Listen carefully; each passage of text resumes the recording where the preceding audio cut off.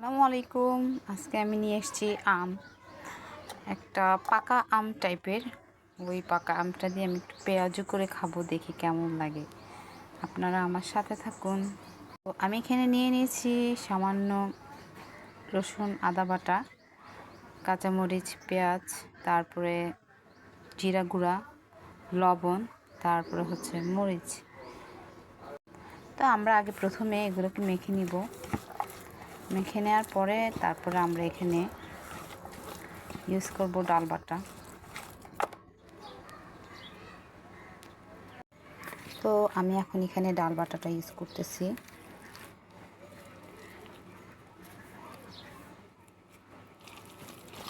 তারপর আমরা এটাকে ভালো করে মেখে নিব। দিয়ে দিচ্ছি 1 চামচ কর্নফ্লাওয়ার, 1.5 চামচ দেই। এতে আমার পেঁয়াজটা অনেক ক্রিস্পি হবে। তো আমি এখন দিয়ে দিচ্ছি ছোট ছোট করে পেঁয়াজ। আমার মতো আর কে আম বেশি পছন্দ করেন কমেন্ট করুন। আমের দিনে আম আমার খুবই পছন্দ। তো আস্তে আস্তে দিয়ে দিচ্ছি আমের পেঁয়াজগুলো। তবে এটাতে অবশ্যই একটু কর্নফ্লাওয়ার দেওয়াই ভালো। আমি দিয়েছি, আপনারাও দিতে পারেন। এতে পেঁয়াজটা অনেক মুচমুচে হবে।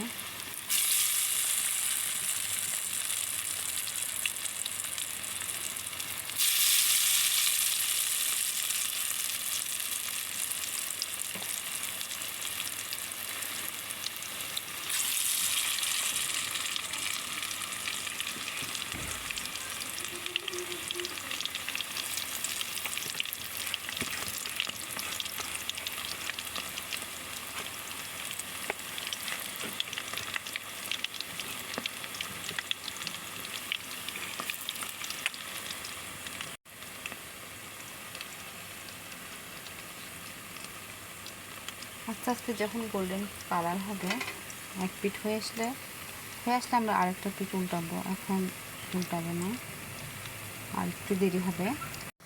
এক পিঠ হয়ে আসছে আমার পেঁয়াজটা, আমি একটু উল্টে পাল্টে দিব।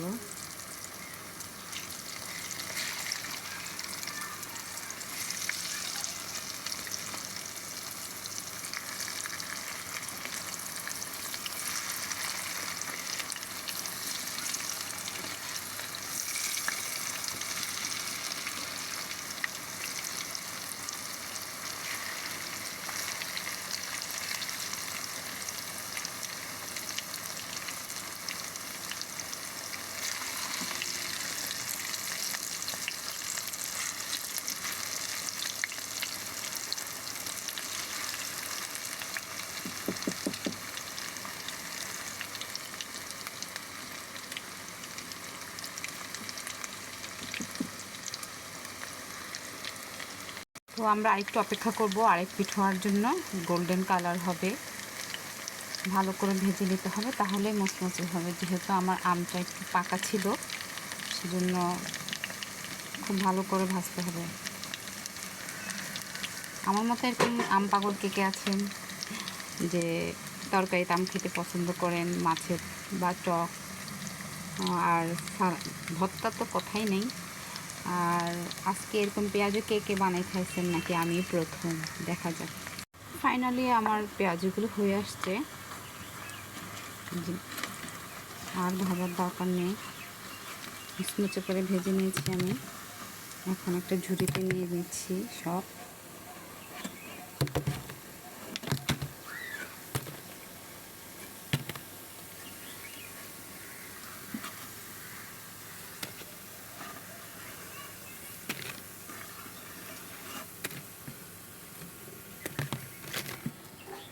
তো আমার পেঁয়াজগুলো ভাজা শেষ, আম দিয়ে পেঁয়াজও তৈরি। আপনারাও করতে পারেন এভাবে।